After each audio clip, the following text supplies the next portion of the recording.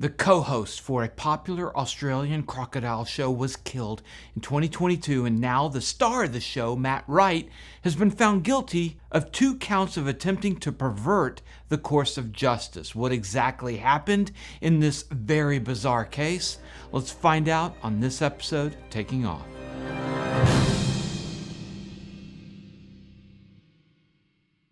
Hi, I'm Dan Milliken, a commercial fixed-wing pilot, not airlines, and instructor, and also I have my commercial helicopter certificate.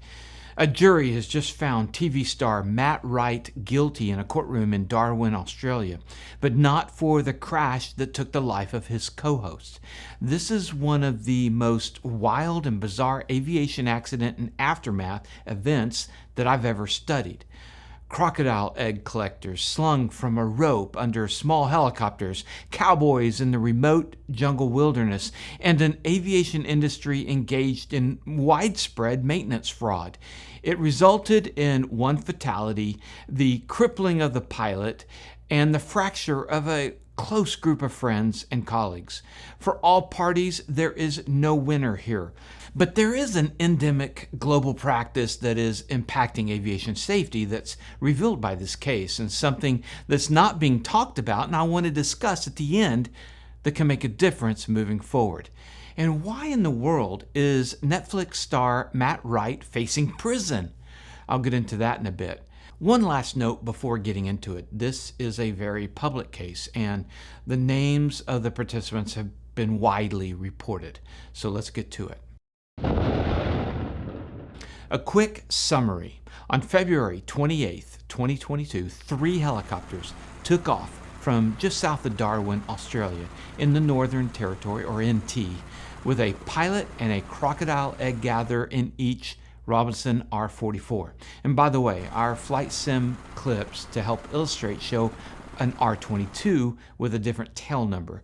So the clips are just there to help give you a better feel for the story. In the first helicopter was pilot Sebastian Robinson and egg gatherer Chris Willow Wilson, the co-host of Matt Wright's TV shows. The croc egg collecting is totally legal, and they had all the paperwork. The team was being contracted by Mick Burns, a businessman who farms crocodiles for meat and skins for luxury brands like Hermes. They had already mapped out nests in Arnhem Land, which is located in a native-owned area. Because the collecting was located in Aboriginal land, and it was still during COVID, and Australia is pretty harsh with its COVID restrictions, Matt Wright himself stayed behind because he's an anti-vaxxer. According to the ATSB report, and by the way, 113 pages, way more detailed than the NTSB final reports are, the helicopters were most likely topped off before departing, which was at 7:03 local. Their first destination, east-northeast, was a refueling stop 127 miles away. Interesting note, the egg collector, Willow, had recently gotten his helicopter pilot certificate, and witnesses report he was the one flying. And a photo taken by Sebastian 40 minutes into the flight shows the panel of the helicopter, which had just under 3/4 fuel remaining, consistent with having departed with full tanks. Crocodile egg collecting by helicopter is a very unusual mission. Using the Robinson R-44, they will set down in a clearing near the target nest. The collector will harness up to a line, usually 50 to 100 feet. That is hung beneath the helicopter. Then, while suspended, the pilot will place the sling person over the nest and slowly descend. The collector carries a pole and a bucket and also a VHF radio for talking with the pilot. They collect the eggs, they move back to the clearing, land, and put the eggs in baskets in the back seats, then on to the next nest. All of this is legal and above board. There are procedures and approved safety practices for all of this. And we'll find out in a moment whether these are all followed. Also, Australia's Northern Territory is a big part of the background of this story, home to hundreds of thousands of saltwater crocodiles. The land mass of the NT is the size of 2 Texases, where I'm at right now. But with only the population of Lubbock, about 250,000 people, that's incredibly remote. About half the territory belongs to the Aboriginals, and Mick Burns, the businessman, had permission to collect the eggs on their property. When Sebastian's helicopter arrived at the refueling station, Mount Boredale, at 8:16 a.m., they were first. And this is where the details get confusing. The refueling station had pre-located drums of fuel, and in this case it was the more higher performing 100-130 avgas, more lead, higher octane, higher performance. It's used in some race cars, and it's green in color. And they took off earlier with regular avgas, which is blue. Also, Sebastian's helicopter did not have the drum pump that they needed to fuel, so they waited for helicopter 2 to use theirs, which was moments behind them. Also, the pilots did a hot refueling, meaning the helicopters kept running. And here's the confusion. One witness statement reported they didn't see Sebastian's helicopter refueled. Another reported holding the hose for Sebastian while he refueled. Later, a statement from the same witness claims that Willow finished the refueling to top off after helping refuel the third helicopter, and one of the other pilots reported he filled that tank up completely. So testimonies differed and changed. The fuel in those drums was later sampled, and it was indeed 100-130 green avgas. This becomes important later. Supposedly refueled, the 3 helicopters departed 14 minutes after arriving. And the ATSB report does state that that time frame was possible based on hand pumping rates and how much fuel was needed to top off the helicopters. They headed to King River, where the pre-mapped nests were located, and arrived about 20 minutes later. In the clearing where Sebastian's helicopter set down near their first nest, the second helicopter landed close by to retrieve an extra harness from Sebastian's helicopter. The pilot and egg collector of that helicopter both testified that Willow was in the pilot seat, but Sebastian later claimed the dual controls were removed at the refueling station and that he flew that leg, not Willow. The second helicopter departed as Willow harnessed up in the sling.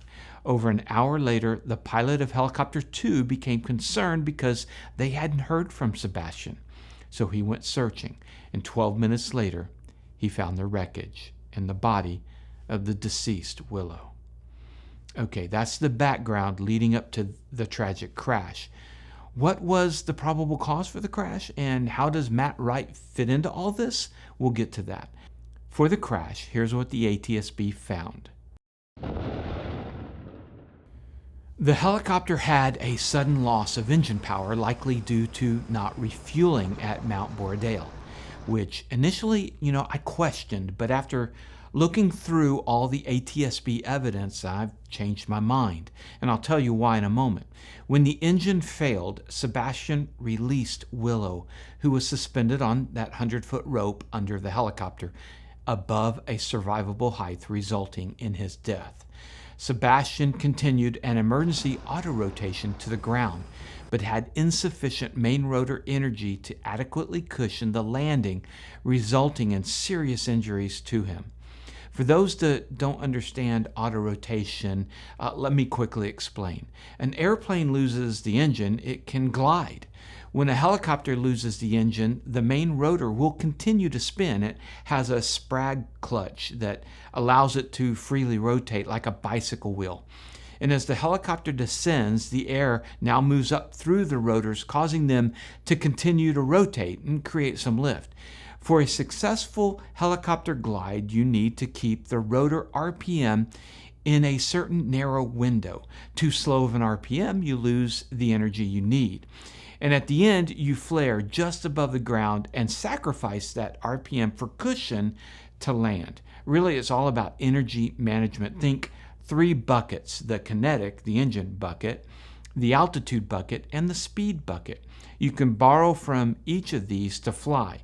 But when you lose that first bucket, the engine, and you have altitude, you can trade that for turning the rotor.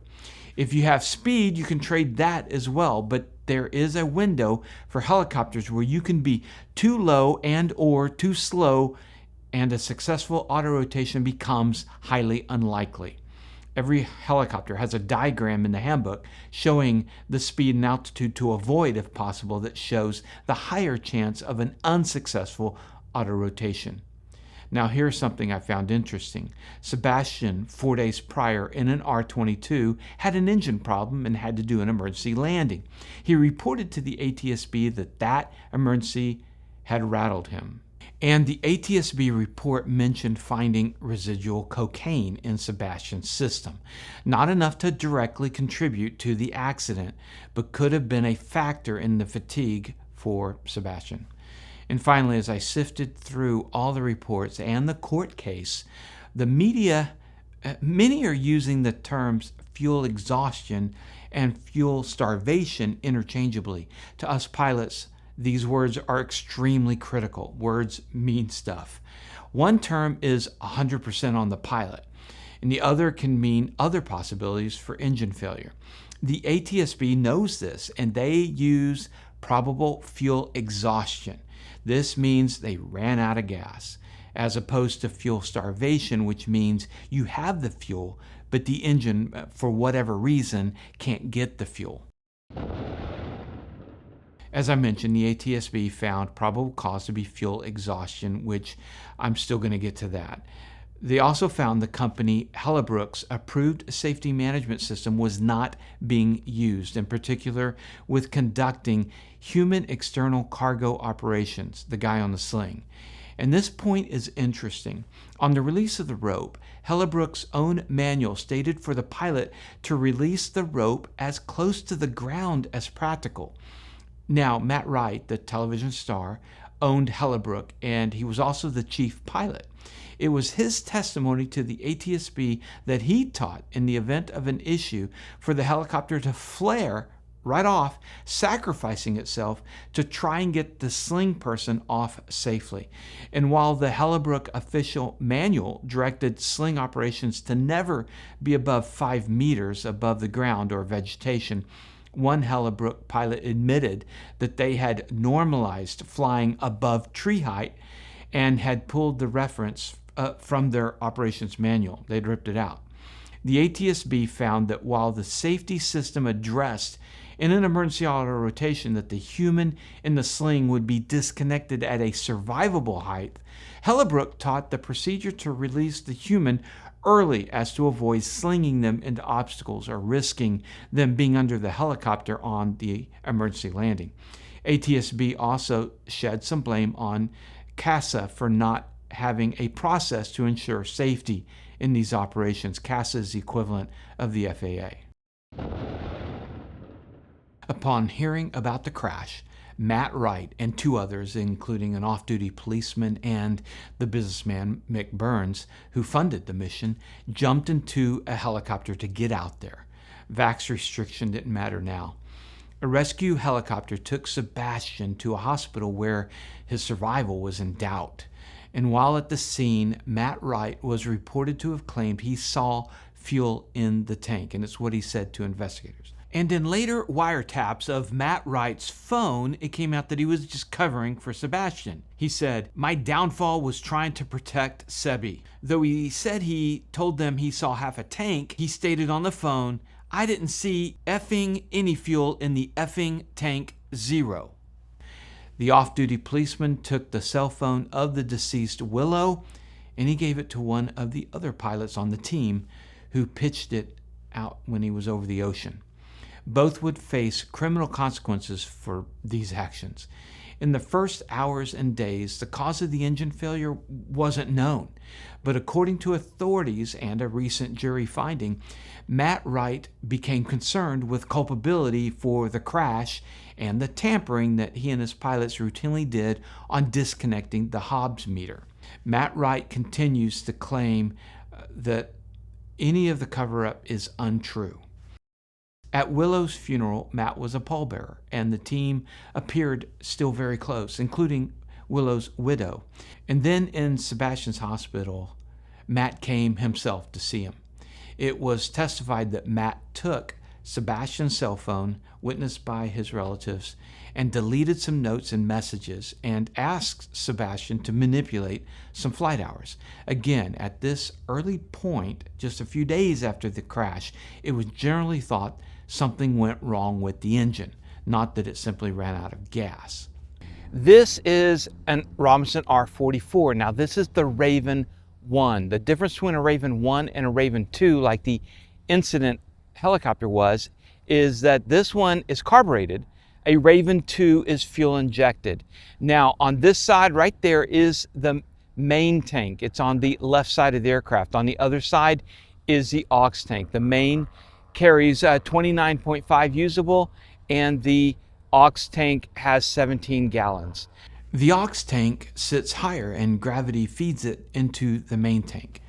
Okay, I was initially skeptical of the ATSB's finding of fuel exhaustion when I first heard it.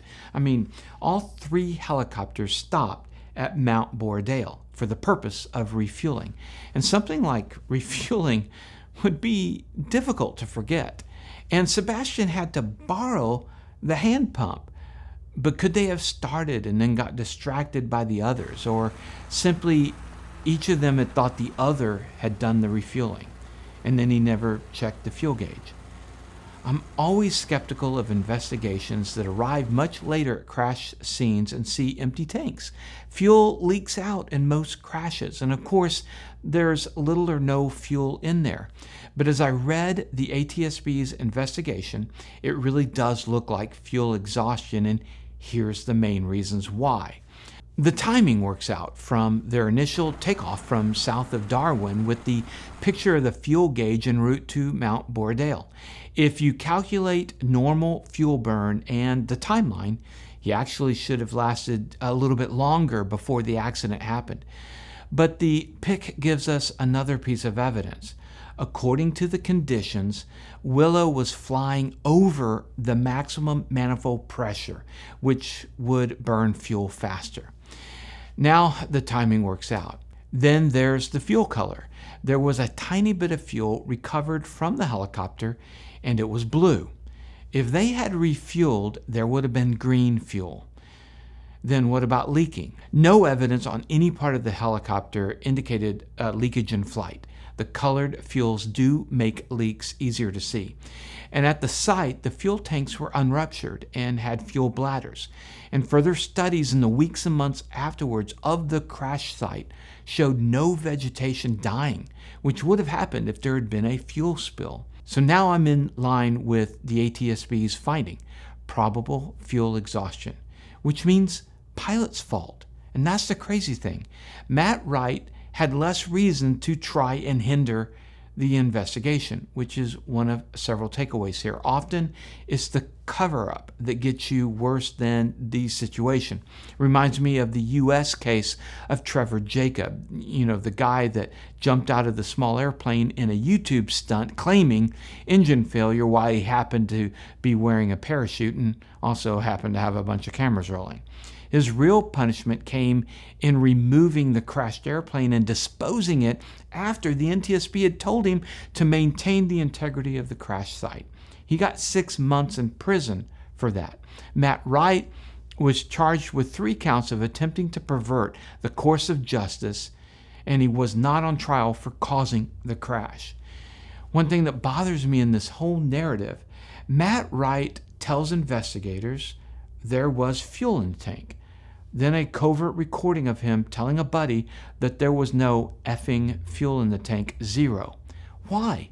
If he was concerned about the pencil whipping of maintenance hours, the helicopter running out of fuel would mean it was not a maintenance issue. So why first lie that he saw fuel? Just to cover for Sebastian? But then that means it's going to be blamed on his company. No fuel would actually take the heat off of him. I don't get this, and maybe somebody in Australia more familiar with the case can enlighten me. A major point in the courtroom drama revolves around something the ATSB didn't even say was responsible for this particular crash, and let me explain. I recently got my commercial rotor certificate in a Robinson, Many people disparage the Robinson for what they perceive as a higher amount of crashes, but the Robinson is one of the most common trainers, so of course there will be a higher event incident rate. This is because Robinson's game changed the helicopter industry by introducing helicopters that were more affordable. Without Robinsons, you'd have to train in helicopters that were extremely expensive. Sure, today there are some manufacturers of light helicopters, but Robinson led the way. They were an industry disruptor. The Robinsons have a mandatory 2200 hour, what I call pumpkin time. The clock strikes midnight, or in this case, 2200 hours, and they turn into a pumpkin. At 2200 hours, the helicopter has to be pulled from operation and undergo extensive overhaul and replacement of key parts like the main rotors, the tail rotors, the clutch plates, the spindles, the swash plate, gearboxes, windshields even, complete engine overhaul, inspections. An owner or operator can easily be looking at $300,000 US or often more. And the downtime.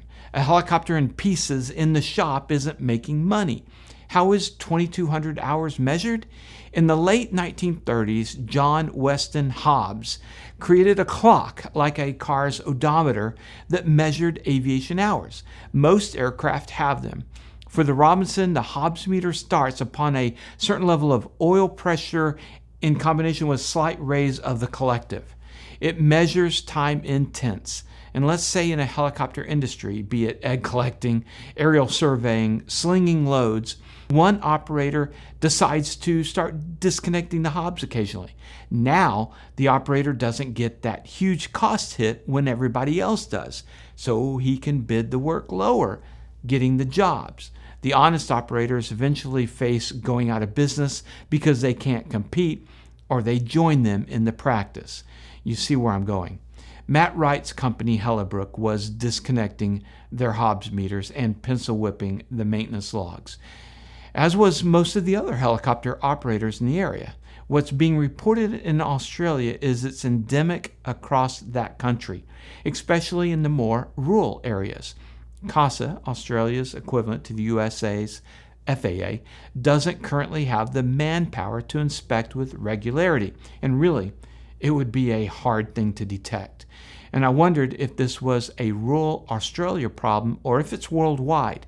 So I did some research. In the fixed-wing aircraft, I own a Cessna 210. It never even occurred to me to mess with the Hobbs. It's not as big of an issue. There's not some great pumpkin time coming, just the Robinsons. In talking to some of my sources around the U.S., it surprised me to learn the problem is not restricted to just Australia.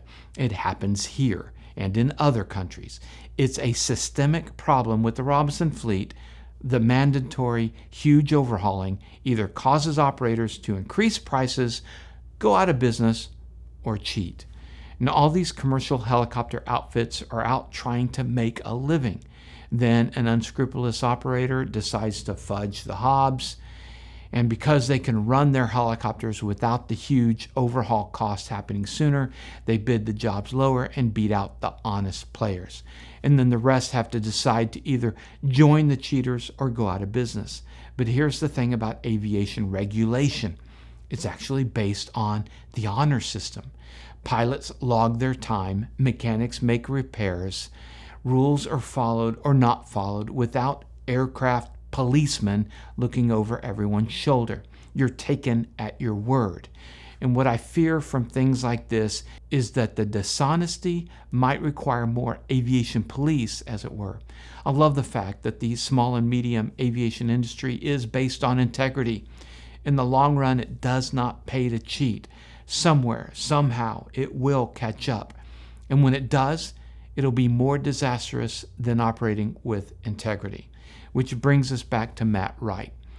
In the court cases, both sides stipulated to this pervasive practice that most Robinson operators in the NT were tampering with the Hobbs meters. Matt Wright was tried in August of 2025 for 3 counts of attempting to pervert the course of justice. And on August 22nd, the jury found him guilty on counts 1 and 2, but they hung on count 3. Wright still claims he's innocent and is appealing, and I have lots more on this, but I thought I might save it for an update video, including they wiretapped Wright, a high-ranking policeman convicted of crime, and just lots more. This case is very intriguing, but with the length of this video already covering just the accident, I may make a report on the trial and all those details later. Danielle Wilson, Willow's wife, is also suing Wright, and that's pending. Also pending are several other legal challenges surrounding all these different aspects of this story. Matt Wright folded up Hellebrook and has sold off the assets and is no longer in business. At the end of the day, the whole tampering with the Hobbs ended up not being the probable cause for the actual tragedy. It was the cover-up of the shady practices. There were no winners here and only losers. A wife lost her husband, 2 kids their father, a young man was left paralyzed, a TV star vanished. Companies out of business, and still outcomes have yet to be determined. Thank you for watching, and to our sponsors like 67 Designs, the best mounts for your car, boat, or plane, 67D.com, and Flying Eyes, the lightest, thinnest frames, perfect for under headsets and helmets. We've got a new link. Go to flyingeyesoptics.com/takeoff10 for 10% off. And by the way, some people have wondered what happened to the very pilot-focused content we used to have here on this channel, and I moved that to In the Hangar channel right there. It's more for the hardcore aviation people and pilots. You can go there, check it out. And thanks to Glenn in Australia for the heads up on this story. And if you like this report, check out this other one right here on your screen. Remember, superior judgment trumps superior skill. Take care.